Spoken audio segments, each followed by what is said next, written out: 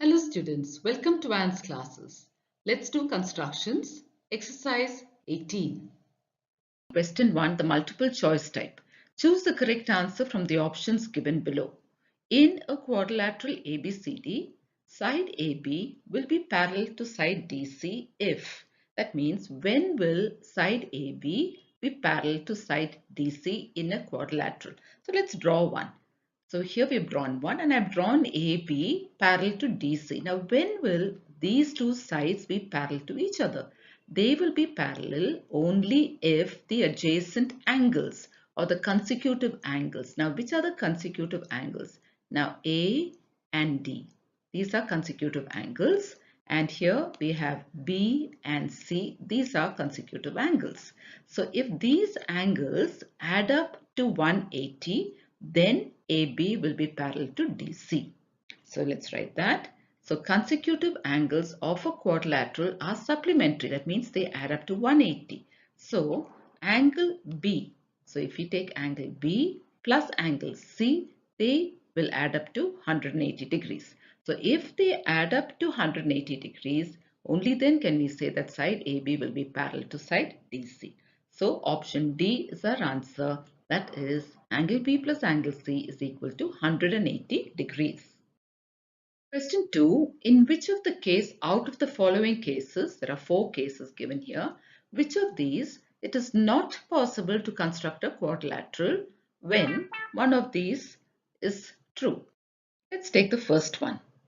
All the 4 sides are given. Now when only the 4 sides are given, it is not possible to construct a quadrilateral. We need to have one diagonal and all the 4 sides, or one angle and all 4 sides, or both the diagonals and 3 sides. But if you have only all 4 sides that are given, we cannot construct a quadrilateral. So option A. So here option A, when all 4 sides are given, it is not possible to construct a quadrilateral. So option A is our answer. Question 3. In which of the case out of the following cases it is not possible to construct a parallelogram? Now here, when two adjacent sides and the angle between them are given, we can construct a parallelogram. If two adjacent sides and a diagonal are given also, we can construct a parallelogram. When both the diagonals are given, now if only the diagonals are given, it is not possible to construct a parallelogram because when both the diagonals are given, the angle between them also should be given. Only then can we construct a parallelogram. That means in this case, it is not possible to construct a parallelogram. So that is our answer, option C. When both the diagonals are given, it is not possible because we need the angle between them also. Question 4. In which of the case out of the following cases it is not possible to construct a rhombus? When both the diagonals are given, we can construct a rhombus.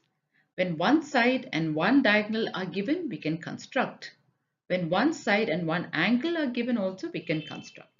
If you're given only one diagonal, it's not possible to construct a complete rhombus. So D is the answer. So option D, when only one diagonal is given, it is not possible to construct a rhombus. Question 5. In which of the following cases it is not possible to construct a square? When one diagonal is given, can we construct a square? Yes, we can, because there is a relationship between diagonal and the side of a square. So once we get the side of the square, we can easily construct a square. So we can construct when one diagonal is given. When one side is given, yes, we can easily construct because all 4 sides of a square are equal. Now, if you're given only one angle and that angle is 90 degrees, can we construct a square? No, we cannot. We cannot construct a square when only one angle is given. When one side and the angle between a side and a diagonal are given, yes, we can construct a square. So when is it that we cannot construct a square? When only one angle is given, which is 90 degrees. So option C is our answer. So that is our answer, option C, when one angle is given, which is 90 degrees. Question 2. Given below the angles x and y, without measuring these angles, construct angle ABC. It should be equal to x plus y. So let's begin our constructions. So here we have angle x. Here we have angle y. Now we are supposed to construct one angle having both these angles measurements because it says x plus y. Now, how do we do that? First, we begin by drawing a line segment. So let's name this line segment as BC. Now, take your compass, any measurement, any suitable radius, place the pointed end or the needle at B and draw an arc. So we've drawn an arc. This arc has cut this line segment at a particular point.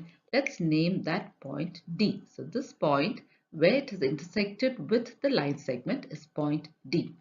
Now, your compass already has this measurement, isn't it? Use that same measurement, place the needle of your compass at the vertex of angle X and draw an arc. So you will get an arc like this. Let's name the points of intersection as P and Q. Using that same radius measurement, now place your compass needle at the vertex of angle Y and draw an arc. So we have drawn an arc here again, and this arc has cut the arms of angle Y at certain points. Let's name those points as R and S. Now we have to show this angle and this angle, that is X and Y, on this angle that we are going to construct here. So we already have an arc and a line segment. Now the next step is take your compass, place the pointed end at P, that is the needle of your compass, and the other end at Q. You will get this measurement. You will get this measurement. So place that at D and cut an arc. So you have cut it on this arc and the point of intersection is E. So this first point here from D to E is the measurement of angle X. That means DE is equal to PQ, which is equal to angle X. Okay, I hope you've understood that DE is equal to PQ and that is angle X. Now in the same way, place your compass needle at R and the other end at S and get this measurement. Place it at E and draw an arc. So you're going to place it at E with that measurement and draw an arc. You get the arc there. So that point we are going to name it as F. So here what you see is angle Y's measurement. So this part is angle Y. That is this portion. That means EF is equal to RS. So let's write that EF is equal to RS, which is equal to Y. It's at angle Y. So now we've got X measurement here, Y measurement here, and here's the point of intersection. Now all we have to do is join BF and produce it at A. So join BF. We have joined BF, we have produced it, extended it, and this point is A.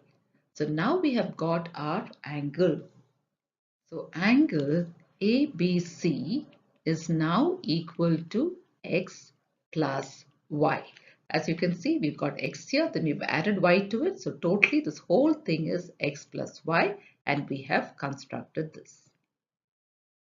Question 2 here, we have to again construct angle ABC with the same two angles given. This time it should be 2x plus y. That means we take x 2 times and y. So this is angle x, this is angle y. Just like the previous one, first step is drawing a line segment BC, then drawing an arc by taking B as a center, drawing an arc. The point where it has intersected with a line segment is D.